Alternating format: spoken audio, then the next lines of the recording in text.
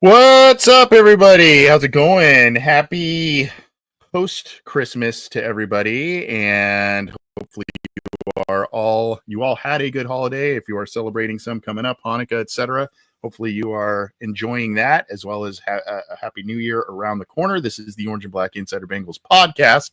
I'm Anthony. He's John, and the Bengals have managed to continue to stay alive. It's, I guess, kind of a dead cat bounce, but also they're relevant. They're in the picture, albeit on the outside looking in a huge, huge game at Paycor Stadium this Saturday.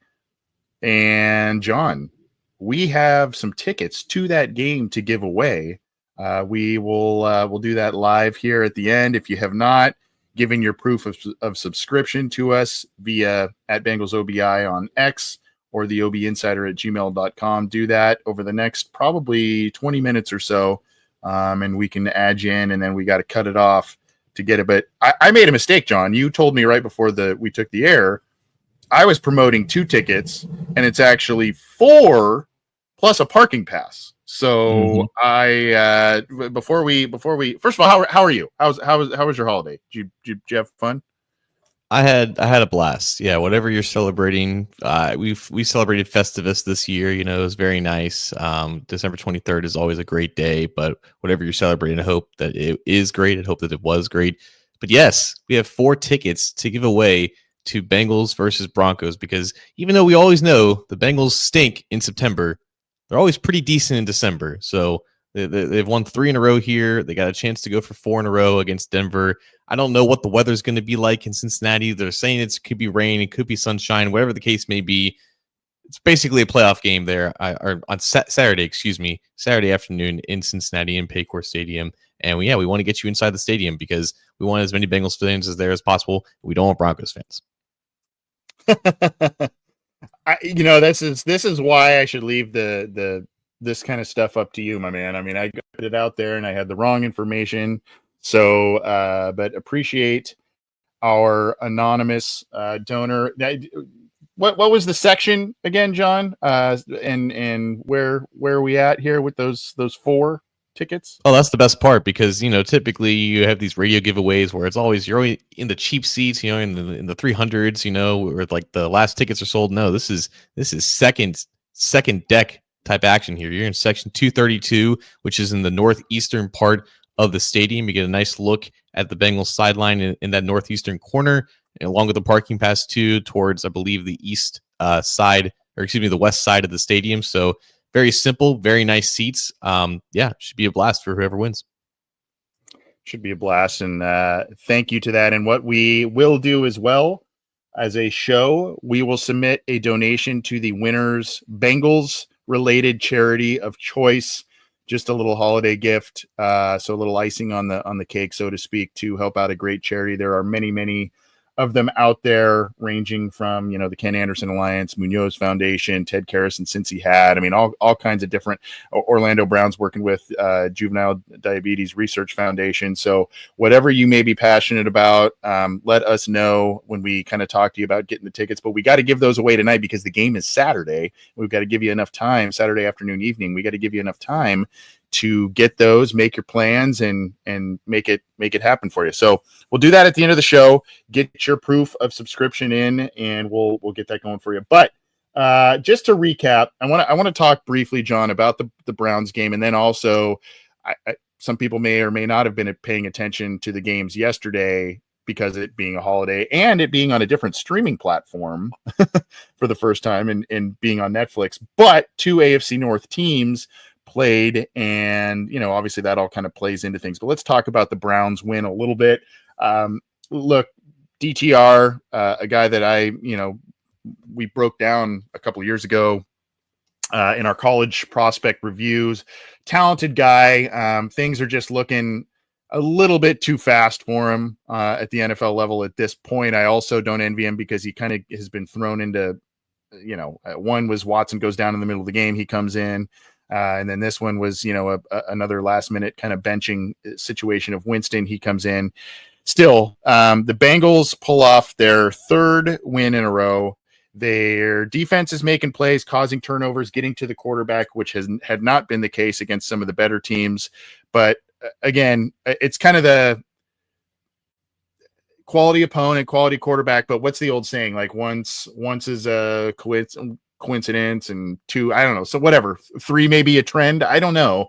Two big games coming up for the Bengals, and I don't know. They looked pretty good. There were some dry spells in it. They had to kind of make some plays at the end on offense, but all in all, a solid win and another AFC North win for the Bengals. Yeah, you said, everything looked fast for DTR. He himself is really fast, which is how he got a lot of his best plays, just using his legs. I thought it was interesting. After the game, Joe Burrow was mic'd up, and, when they kind of met at midfield, he said, keep using your legs, man, because that was something that, the Bengals defense was having a little bit of trouble stopping. But at the end of the day, key turnovers for the Bengals, they only gave up 6 points all game. And that's really been the difference in these past 3 weeks, right? It's been Geno Stone causing 3 interceptions himself, and the Bengals defense really stepping up against, let's face it, 3 straight backup quarterbacks. Now with Will Levis on the bench there with Mason Rudolph starting. So this was the stretch of the year where you were thinking the schedule may get the best of them, because originally this Browns game was supposed to be on Thursday Night Football. It was going to be 2 straight back-to-back shortened weeks, but it ended up being a longer week of rest. And still, you were in a position where you could get some wins here to boost your playoff resume, like it's college football. No, just boost your chances of making the playoffs. But unfortunately, when you're at 4-8 to start the month, you're already in pretty big of a hole, right? So yeah, you win 3 straight against 3 bad teams, but all the wins count the same. But even still, like everything that happened before this month, it still matters a ton. And it's why, the Bengals are in the position that they're at now, where even if they win out, it's still unlikely for them to make the playoffs because they need other things to happen in their favor. But I think at the end of the day, like this game kind of proved that, yes, this defense can still show up against pretty bad offenses, because right now everything seems to be a little bit more simplified for them. And you're seeing a lot of the talent kind of finally show itself, where in the first 3 months of the season, it was basically nowhere to be found. And again, that could be due to the fact that you're going up against quarterbacks that just aren't as effective and aren't as quick in their decision making, and it leads to big plays that the defense makes. And maybe the Browns offensive line is not what it used to be. They've been going through a lot of injuries, and that definitely helped out as well. So now that it's not just Trey Hendrickson really carrying his weight, you're seeing the entirety of the defense kind of fall into motion, and the Bengals can score 24 points, including 1 touchdown in garbage time, and still win comfortably, which has not been the case all year. Hasn't been the case all year, and it's got to be a little bit of a relief there. And you mentioned Stone with the 3 picks, the last handful of weeks. He had his hands on a 4th that caromed off of 5 other defenders last week too. Yeah, greedy. So it was like Pratt fighting for it. Yeah, he kind of jumped over the back of Pratt or something. It was, they were all kind of going for it. But,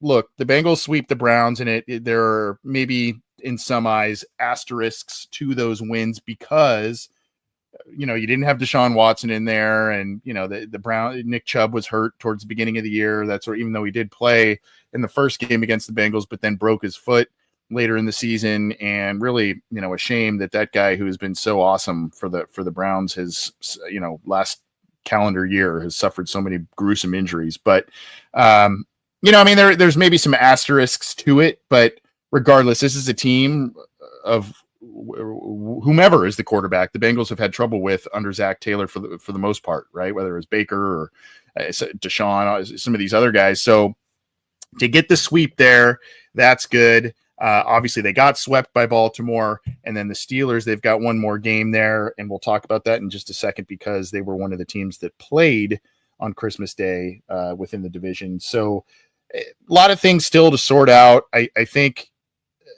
I hate to keep bringing up the same kind of questions or topics of conversation week in, week out as the Bengals kind of pile up these wins against lesser quarterbacks, lesser opponents. But again, we're talking about three in a row. The Bengals have stayed alive and they're now 7-8.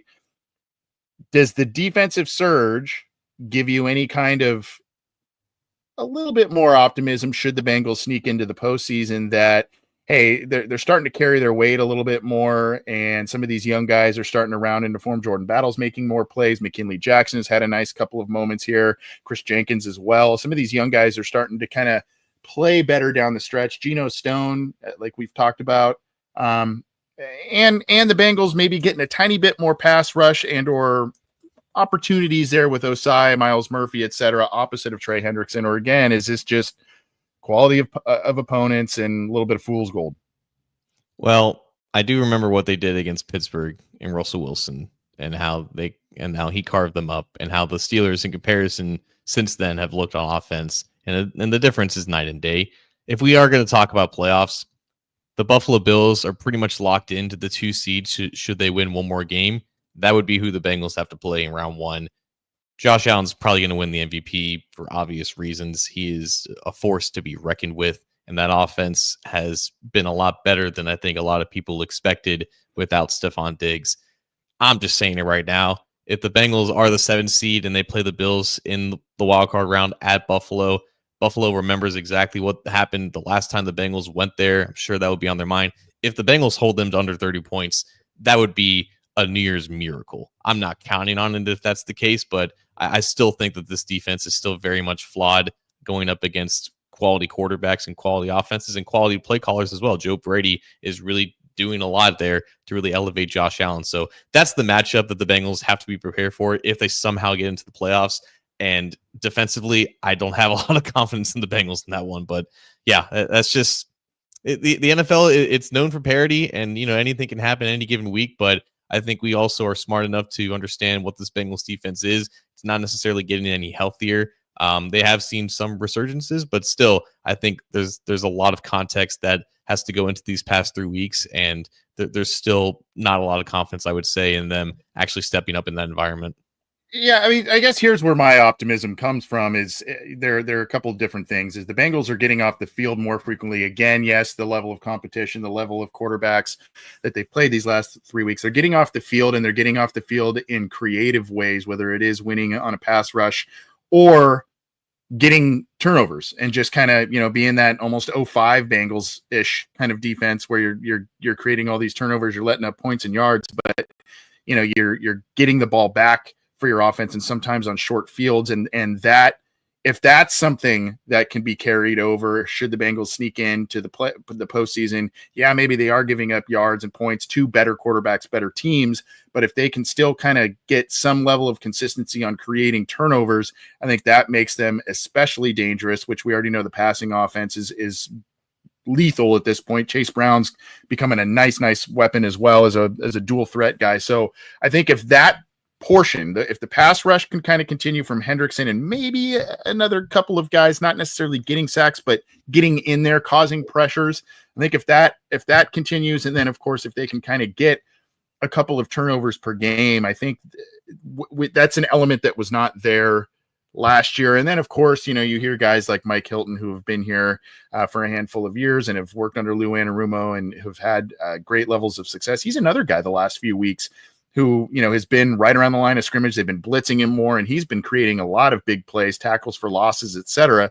And he's kind of the guy that's been waving the Lou simplified things flag, and it's helping us. So that's the other element where it's like, well, you can kind of condemn Lou a little bit for if this is truly the case that things were way too complicated throughout the beginning part of the season. You can condemn him for that, but you can also simultaneously praise him for making a late season adjustment that's causing the Bengals to stay alive, albeit too late into the season. But if we are going to take Mike Hilton at his word, which we should, it sounds like the simplification of things, whether that is terminology, schematics, all of the above, has really helped the defense in netting those turnovers and getting to the quarterback more these past few weeks. Yeah, and at risk of sounding like an old head, stopping the run is also important, and that's Yep. still I think an area where they're very hot and cold in that regard.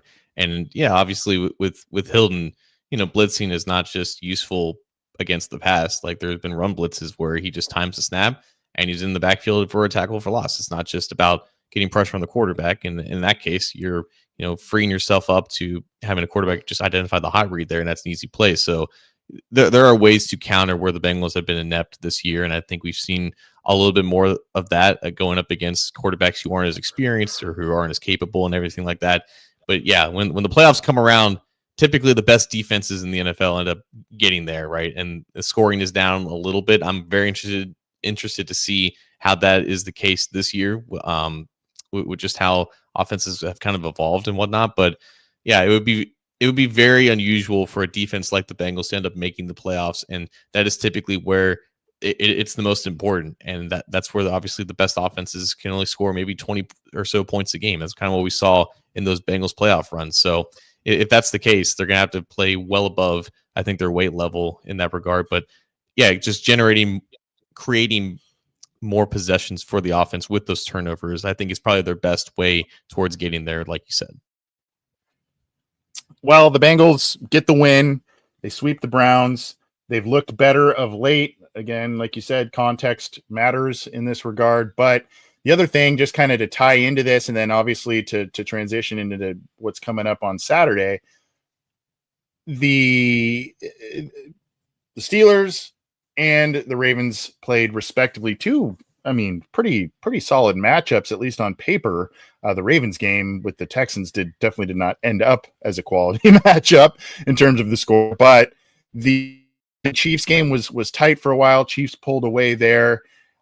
I think, I mean, there's logic where you say, hey, you always want the Steelers to lose, but I think, for the sake of the Chiefs playing the Broncos the final week of the season, you kind of wanted the Steelers to come through on that one so that the Chiefs potentially have more incentive to play their starters that final week of the season. Now they've got, I think, the 1 seed locked up with that win over Pittsburgh. Who knows who they will, you had Mahomes the other day, have the ankle injury. Who knows who's going to be out there for the Chiefs at this point. Some people believe that, if you do that, if they have the 1 seed, you rest the guys final week of the season, and you have the bye going into that first week. Maybe you still want to play the starters a little bit to get some work in if there is that big of a break. But regardless, I think, there's obviously some logic to both, but I think a lot of people from a Bengals perspective actually wanted the Steelers to kind of win so that the Chiefs have a little bit of incentive to play their starters that final week and potentially knock the Broncos out of the playoff picture. Yeah, that was something that I think it was a Chiefs reporter who said before the game, like if the Chiefs lock up the 1 seed, it'll be 23 or 24 days of potential rest for any Chief who doesn't play in week 18, which seems like a lot, especially for a Chiefs team that, while has won a lot, has not always looked completely sharp this year. Now, I think over these past few weeks, they've kind of rounded more into the form of of what a true contender may look like, and they definitely played like it against the Pittsburgh Steelers. Mahomes has always dominated the Steelers for whatever reason. I think he has like 30 incompletions and 17 touchdowns in 4 career games against them, which is just absurd. So it was a great sign for them, I guess, to look like, the team that they're going to be. But yeah, if you're worried about Mahomes' ankle injury, you want to make sure he's 100%. I could see him not playing at all against Denver. But like you said, you may not want to be completely rusty where you want to play a quarter or two just to see how things are going. And if the game gets kind of out of hand in either direction, you take him out. Chris Jones didn't play against the Steelers either. I can't really see him playing in week 18 in a game that doesn't really matter. Hollywood Brown has only come back for the past couple of weeks. We don't know if he's at 100%. I would imagine if he's playing, he's pretty much close to it, but maybe they want to give him some rest or a little bit more. I am interested to see, though, if the Chiefs decide to play most of their starters outside of like the big stars, could Carson Wentz still somehow find a way to beat the Denver Broncos with the majority of the Chiefs team? I think that could be kind of interesting, but I guess we'll see. And obviously this week, you have to get through this week before that week matters anyways. Right. This one's huge for sure. I mean, it's massive. The Bengals need to win out, and then they need help. That being the Chiefs beating the Broncos the final week of the season. The Colts need to lose. And then who am I missing? Is it the Dolphins? Dolphins need to lose. Yeah. So then the Bengals can kind of leapfrog all of them into the that final spot there. And it would be a shame. Look, I mean, it would be a shame from a couple different perspectives, but it would be a shame if the Bengals take care of their business and the Colts and some of these other teams lose, but it comes down to the Chiefs not playing their starters, Denver wins, and the Bengals fall short of coming into the playoffs. If that happens, but it's also their own fault in a way too, that they would have to come into this.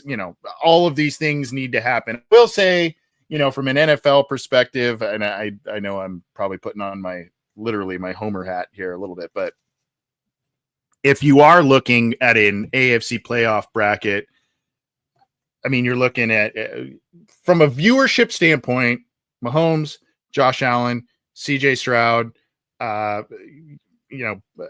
Herbert, star after star, Lamar, all the star after star after star. And then, you have your choice between Joe Burrow, Anthony Richardson, Tua. Both of those guys were high picks too, but I think, from a viewership standpoint, particularly with what kind of viewership a Bengals Chiefs kind of matchup would potentially bring in, should that happen again, I think the NFL may prefer a different, the Bengals getting their way in there, but we'll see what happens. They got to win, and they have to do so they have to continue to do so starting this Saturday against the Broncos. Again, just a couple more minutes for you to get your proof to us for subscription. We had another couple come through via email, theobinsider@gmail.com, and on X @BengalsOBI. Just screenshot proof of either subscribing to the Believe in Cincy podcast channel, the audio side, or the Bengals OBI YouTube channel. Send us proof of that, and you can win 4. I blew it. I said 4 tickets and a parking pass in the 200s section. Great seats for you this Saturday as the Bengals season is on the line. So get those to us. And then, like I said, the winner can tell us a charity that they want a Bengals related charity that they want to support. And we can, we'll get that.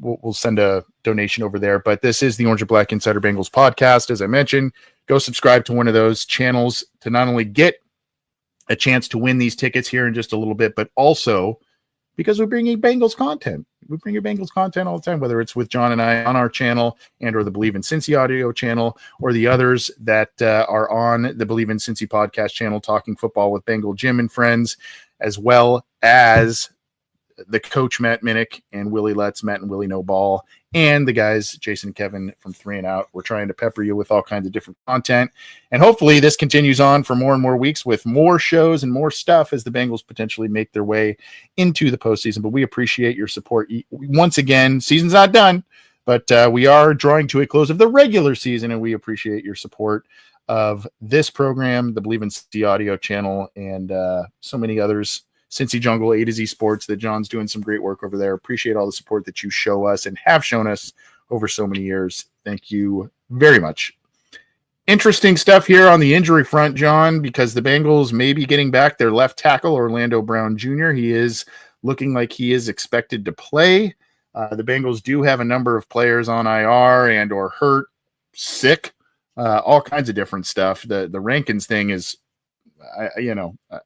I think there was maybe some positive outlook at the beginning of the week, and that has since dampened a little bit. But Broncos, on the other hand, pretty healthy. I know Surtain a couple weeks ago was dealing with an injury issue, but would you run us through an update on the injury front for both teams in this one, particularly on the Bengals side, as they kind of start getting some guys back? Yeah, I'll start with the Broncos just because they only have one player questionable, and it's a backup running back in Tyler Batty, I believe is how you say his last name. Other than that, they are completely healthy. They have like 3 guys in general on injured reserve this year, and I think a couple of them are coming back. So really unprecedented levels of health for a playoff team for the Denver Broncos. As for the Bengals, though, no Sam Hubbard, obviously, no Sheldon Rankins. Obviously, Tanner Hudson is officially doubtful, even though he didn't practice, so I wouldn't expect him to play either. Orlando Brown Jr. did practice full 2 consecutive days. Last time he practiced full in general was back before week 13, which is when the last time he played. But obviously, we saw how the end of that game kind of went. His fibula was kind of wearing down on him. He didn't play his best against the Steelers towards the end of that game, so he took another 3 games off. Hopefully, at this point, he's healthier now than what he was the first time he tried to come back mind you, he's missed 6 of the last 7 games. And this is the guy that never missed any game except one. And that was because of a mishap in warmups all the way back in 2021. So I can't imagine how frustrating the season has been for him. But hopefully for his sake, he is much closer to 100% now than he was back in week 13. As far as other guys who are going to play, Amarius Mims is going to play, even though he's listed as questionable. But Anthony, he's got a broken hand. I don't know how that happened. It wasn't announced by the Bengals. It was announced that he had an ankle injury, and that was what we assumed was the reason why he wasn't able to go back in the game against the Browns. But that hand injury has been on the injury report for all week. I don't know when it happened. There's no clarification on that, but he's got a broken hand.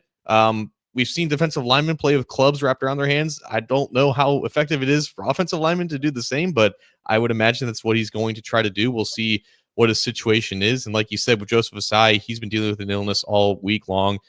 Geno Stone is now under the weather too. He missed Thursday's practice, and Zach Taylor said that he hopes to have both of them back for Saturday. So their designations are not final. They might most likely be game time decisions. Yeah, they'll probably be questionable-ish, I think, is probably the realm of where they'll be, but hopefully they get some meds and heal up, man. This illness thing, and I I had to go to the doctor. John knows that's why we were a little late. I had something going on with my ankle, and man, there's a lot of sickies in there. I'm like, stay away, sinus infections, etc. So I don't know if that's what's making their rounds in the Bengals locker room there, but yeah, the Mims thing is interesting, and you saw him kind of get into it with, I believe it was Frank Pollock on the sideline briefly. I think they were maybe telling him, hey, we're not going to risk it. You're not going to go back out there type of thing. And he was, I think, pretty displeased with that with that notion. But regardless, yeah, he's going to give it a go. And, the Bengals put out a tweet about Orlando Brown saying like, oh, hi, Orlando, like, being back kind of at practice. So I don't think that probably would have been put out if there's not some form of an expectation that he will play. And again, yeah, I mean, it's season's on the line. This, you kind of got through those 3 games that are kind of lesser parts on your schedule here, so to speak, and no disrespect to those teams. That's kind of just the reality. Now, you've got what is currently seeded as a playoff team coming up, as well as the next one here. And we didn't really talk about the Steelers game, or the Ravens game too much rather, but I guess just to kind of go back to that before we talk about the Bengals and Broncos, the disparity a little bit, I guess, between the teams and at least what you saw in their performance on Christmas. The Steelers kind of made a run of it a little bit, but then, the Chiefs pulled away. Ravens absolutely dominated the Texans, and the Texans have been kind of a roller coaster this year. Stroud kind of experiencing some slumps a little bit this year, at least just not the same kind of quarterback that he was last year. But I mean, I don't know. Was there any other additional observations that you had based on the performances of those two teams on Christmas Day and kind of the disparity of the scores for each of the games? Yeah, I think for starters, with the Chiefs, it's obviously very tough for a pass rush to corral Patrick Mahomes, and that's the strength of the Steelers defense. Their secondary is kind of going through right now. Joey Porter, we saw him struggle against T. Higgins, and their secondary just wasn't really a match for this Chiefs offense now that has some competency in his receiving room, right? Xavier Worthy is looking like a number 1 receiver as a rookie. Hollywood Brown is now back and really into the fold, and then you have guys like DeAndre Hopkins and Juju Smith-Schuster, both veterans that can really complement the group. And of course, so long as Travis Kelce can still move, he's still a good option there. So the Chiefs offense now can pair like a running game with Kareem Hunt and Isaiah Pacheco with that interior offensive line to really generate movement along with the passing game. And I think that was too much, for what the Steelers defense has kind of devolved into. And they just don't have the offensive firepower to really, keep up with teams that kind of jump on them in terms of score wise. Russell Wilson and George Pickens have created a great connection on some of those deep balls. But again, I just don't think they have quite enough of offensive talent and consistency to really, keep up with the high scoring teams. And of course, the Kansas City Chiefs are like one of the 4 teams or whatever that haven't scored 30 points. They scored 29 against the Steelers, but they haven't scored 30 points at all this year, and yet they're 15-1, which is crazy. And as for the Ravens, the Texans, we saw what happened to Tank Dell against the Chiefs last week, and that was a terrible injury for him. But that's just another injury that the Texans have gone through. They were without both Stephon Diggs and Tank Dell against the Ravens. They had receivers running the same route on an interception that Stroud threw. And yeah, I think in general, he's kind of come back down to earth compared to where he was last year as a rookie. And the Ravens are just rolling right now. I think they were really confident after beating the Steelers by like 2 touchdowns the week before. And they're kind of just rounding into form right now. Lamar's playing at an MVP level. Derrick Henry looks like he still hasn't aged a bit. So that's just a tough combo for any team to really stop once they get a lead. I pinned another comment here that was on our Cincy Jungle Facebook page. Again, getting just to urge you last couple minutes to get your proof of subscription to either the Believe in Cincy audio channel or the Bengals OBI YouTube channel, whether you're a new subscriber or one that's been with us for a while. If you want to win 4 tickets to the Broncos versus Bengals game at Paycor Stadium, level 200, great seats plus parking pass, and you get to choose a Bengals related charity that gets support from this show. Let us know which one if you win, let us know which one and we will do that. But a couple more minutes. I've been kind of monitoring some of we've had a couple more trickle in here. So still pretty good odds for someone to win these things. We haven't had a ton of people. We've got a good amount, but not a ton. I thought there'd be maybe a little bit more, but regardless, pretty good odds for those, at least right now. And we'll do that at the end of the show coming up here in just a little bit. But before we do, it's time to talk about this big game coming up here. And the Broncos are a hard team to figure out, John. Bo Nix at the beginning of the year, looks just did not. I don't think he threw a touchdown pass through the first couple of weeks, or maybe one, something like that, if I remember correctly. Just did not play very well. And then all of a sudden things clicked. And the Broncos started kind of turning it on, started winning some games, having some quality wins, and making a run at some things. And then they've kind of been a little inconsistent here towards the end. But Sean Payton's got him going in a pretty good direction, despite the Russell Wilson drama from the past year plus. Now you've got Bo Nix, who's playing a little bit better, still turns the ball over a bit. And I think there are throws he makes, John, sometimes where it's just zing. I mean, it's like it's a whale of a throw, and then it's an overthrow for a big interception. So I will say this: that guy's got a lot of confidence in his arm, as well as he should be. He's had, what does he have, the most starts ever by a college quarterback? So he's got a lot of confidence in his ability. He and Sean Payton, they've had there's been a couple of things where you see him kind of bicker on the sidelines, but I think they've kind of, they're on the same page here. The defense is playing very well. They can get to the passer. Surtain's awesome. And so there's a lot to deal with from the Bengals offensive perspective. And then throw in what you said earlier, that the weather might not be great. So a lot to deal with for Burrow and company. Yeah, I think these teams are opposites and also the same. And that's just sounded really stupid for me to say. But I think in the last 5 weeks, they're 4-1, but they have wins over the Atlanta Falcons, the Las Vegas Raiders, the Cleveland Browns, and the Indianapolis Colts, and then just lost to the Los Angeles Chargers. And they've scored at least 27 points in every one of those games that I mentioned. They are really good against bad teams, just like the Bengals are really good against bad teams. The Broncos only have 2 wins against winning teams, and one of them is the Atlanta Falcons, like I just mentioned, who are kind of barely over 500. So they have exceeded expectations, in my opinion. Like, I was not that high on Bo Nix either. Sean Payton obviously had a great run in New Orleans, but I didn't know how he was going to do with, another rookie quarterback, another young quarterback, to see how he would elevate him. But I think he's put together a really good offense that's made Bo Nix a lot more comfortable. It's a lot of similar things that he did at Oregon, and I think it's been a good fit for him there. And also, in general, like, that offense has 2 really good, starting receivers in Marvin Mims and Courtland Sutton. Sutton has really dominated in some of these games compared to the other receivers, but Mims cannot be discounted as a vertical threat. I think he's someone to definitely watch out if you're the Bengals secondary. But more importantly, that offensive line is just extremely solid. Like, Garrett Bowles, Quinn Miners guarding your left side, Mike McGlinchey at right tackle, even though he's more of a run blocker. It is very well built, and there's not a lot of holes there, and it's allowed Knicks to really get comfortable. And that's such an invaluable asset for a rookie quarterback or a young quarterback in general to really get his feet wet. And that's led to just a lot of consistent, solid offensive performances. Again, not always against the best teams, but this is an offense that the Bengals cannot discount, even in the grand scheme of things. They may be in a lot of metrics below average, whatnot. This Bengals defense can't afford to take anyone, lightly. And even if it is Bo Nix playing against Cincinnati for the first time, this is an offense that can still put up points.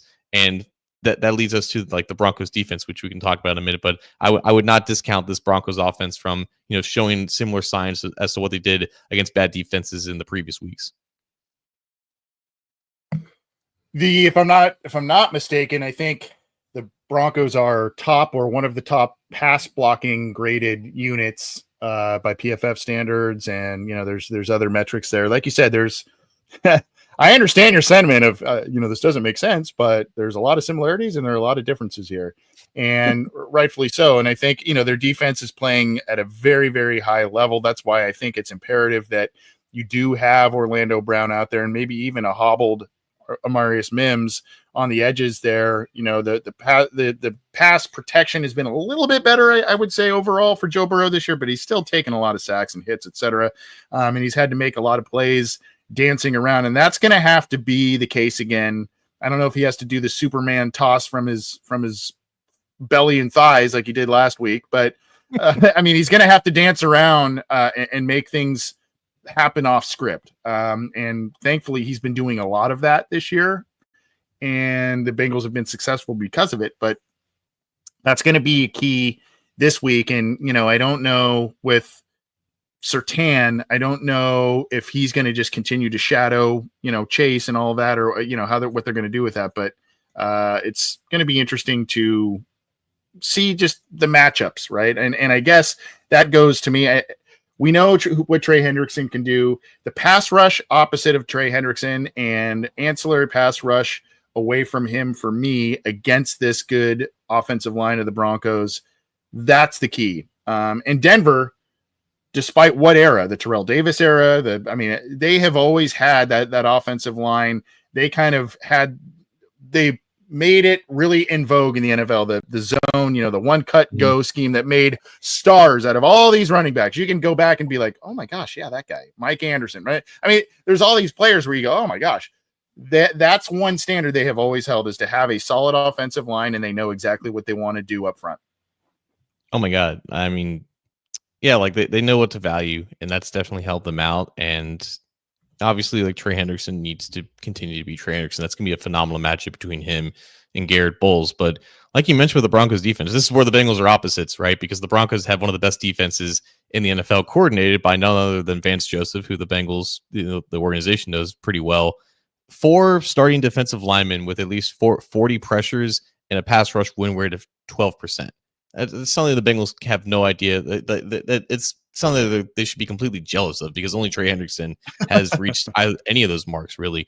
Zach Allen and John Franklin Myers, I think, are one of the more underrated interior rushing duos, and that's not even including Nick Benito and Jonathan Cooper on the edge, who have combined for 19.5 sacks this year. I think Benito is one of those undersized edges that has in the past given Orlando Brown Jr. some trouble, considering how big Orlando Brown Jr. is. Yeah, so like he can get under your pads. And Cooper against Amarius Mims is going to be a phenomenal matchup too. Cooper has really kind of elevated his game over these past couple of years, and you don't know how effective Amarius Mims is going to be. So that's typically where you have your reliancy on the Bengals offensive line towards the edges, and pushing guys to the outside, allowing Burrow to step up and do his magic. But if you have 2 guys who can push the pocket, and then you have 2 guys on the interior in Allen and Franklin Myers against, let's face it, a not so strong interior group for the Bengals in pass protection, that can lead to some issues. And I really think the theme of this game, Anthony, we've seen it against good teams every single time this year. The Bengals offense plays at like an A- or an A level, but they need to be A+ to compensate for the defense, right? And in this matchup specifically, when you have Pat Surtain, like you said, he's going to be seeing a lot of Jamar Chase. I don't think he's going to follow him completely, because they have Riley Moss on the other side that's also been doing a lot of good work this year. It's going to be tough for the Bengals to score 35, 40 points like they've always needed to in these games to stay competitive. And I don't know if the Broncos are going to score that many points necessarily, but I think this is going to be another game where the Bengals offense needs to be A+, and it's going to be tough, because this is arguably one of the best. This is arguably the best defense that they faced all year long. And it really comes down to, is their offense going to do enough at the end to close out these games? Like, unfortunately, they haven't been able to do. And it's completely unfair to put all this on the offense because of how bad the defense has been. But that has unfortunately been the theme of the year. Regardless of how good this defense has been in recent weeks, the strength of this team is on the offense. And if they can somehow overcome all the things that Denver's going to throw at them with a great pass rush, with definitely the best cornerback in the game, it'll be very impressive, and they would definitely deserve the win if that's what happens. I didn't have time to research this comment by Jay Cav, who I think is Josh Cav, who, by the way, did enter the giveaway, if that is the same person there. So thank you. But Surtain has the 4th highest shadow rate in the NFL from a cornerback perspective in the league at 54%. I mean, I don't know why they wouldn't, based on what Surtain has done and what Chase has done. I don't know why they wouldn't do that. And if so, that's going to be a heck of a matchup, but it also puts more pressure potentially. I mean, I expect Chase to get his in some ways, but I expect Surtain to get his. It puts more pressure on T. Higgins, Yoshi, and potentially, like you said, with the weather, is this a little bit more controlled, keep the defense on its heels a little bit with Chase Brown? This is one of those games that I wish you had a Samaje Perine, right? Another back in that rotation and if you notice, the Chiefs use him excellently, and they use him very similarly to how the Bengals used him, which is a 3rd and 3, let him go into the flat, dump it off to him, he gets 4 yards. And so I wish there was just and granted, Chase Brown is playing at a borderline Pro Bowl level this year. I'd wish there was just another guy in the mix that the Bengals kind of had from a reliable perspective, but I think it's going to take some ancillary guys just because of Surtain and what I don't expect him to have a shutdown day on Chase per se, but you want to be able to be versatile on offense, particularly with the weather that it potentially is going to be and the defense that you're facing. Yeah, like it could just be a situation where neither Knicks or Burrow are able to really push the ball down the field because of the wind, because of the rain in this case, and it's gonna be a lot of short action. And you want to give Jamar Chase the ball as much as possible so he doesn't have to work too hard against Pat Surtain. You want to make sure Surtain's life is as hard as possible as well. And we've seen a lot more, these jet sweeps to Chase, and we're going to see some screens and some quick slants and whatnot. And Chase Brown, man, like he's got, I think, 5 consecutive games of at least 100 scrimmage yards. I would expect him to be involved as well, because like you said, it would be nice to have, Khalil Herbert really up to speed to be what Zach Moss was earlier in the season, but he may not be there yet. And right now it's completely on Chase Brown's shoulders. And I think he's really earned to have that role and to really run with it, because he's done a great job with it. So it's going to be a lot of back and forth, I think. And, the Bengals obviously want to spread it out and throw the ball as much as possible, but that may not be possible against this Broncos defense. And Chase Brown, like you said, could be extremely valuable in this one. Yeah. Well, trenches, obviously, Chase Brown, ancillary weapons. We've talked about some of the cast of characters that should be, under the spotlight in this one. What do you think, John? As we get close to giving away these 4 tickets in just a second here, I think we're going to close up here in just a minute in terms of getting some more names in there. We had a few more pop in. I think your mic cut out.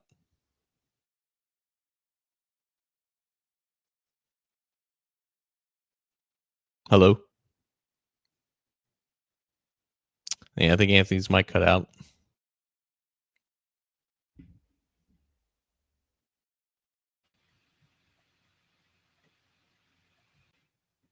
Can you hear me? You got you. Okay. I don't know what happened there. That was weird. But anyway, it gave someone a couple more minutes to get their name in, right? Another minute there. Name in. Go get your name in and let us know. And if you're a new subscriber, that kind of stuff doesn't happen all the time, I promise, with the audio cutting out. So, but anyway, go send proof to us, theobinsider@gmail.com or at BengalsOBI on X.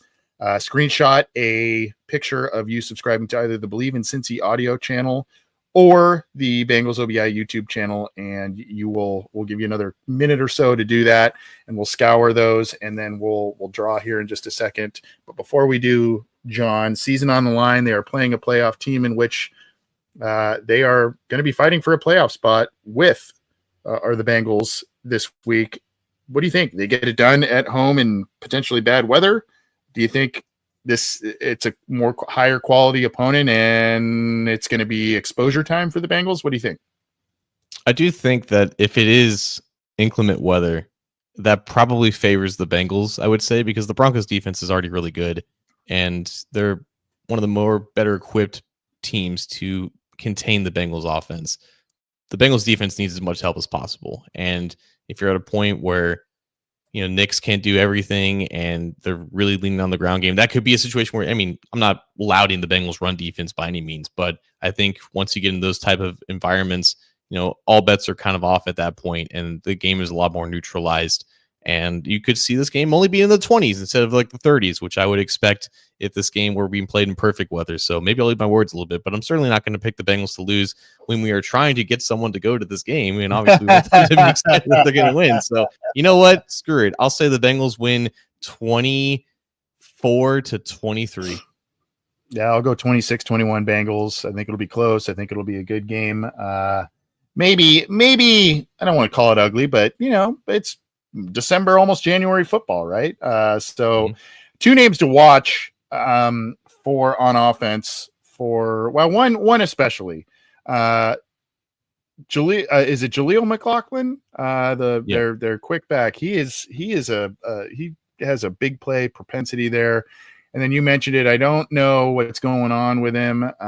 You mentioned that not only are the Broncos attempting to emulate some things that Bo Nix had going with him at Oregon, but they brought in Troy Franklin, a guy that hasn't really done much to this point statistically. But that's a guy in this type of weather, in this type of situation, maybe there's a little bit of comfort level. So two guys to watch there, two names to watch for the Bengals on that. But yeah, I'm with you. I think the Bengals do win. I think they make it interesting till the final week of the season. And it comes down to hopefully who ends up playing their starters in week 18 and who ends up potentially winning, losing to knock out whom in the AFC playoff picture. But that's what I've got. Are we ready to do this then? I think so. Let me do one last scour here and see if we did get one in the live chat too. So it was a picture link, so I'll count that one. And let me just check out X to make sure there's no more notifications. Here's what I want. I do want to get your opinion on this, John, what we should do. And I'm not seeing any more on X here, so we'll lock that in. Let me share this and I'll show you again. Pretty good odds for people here.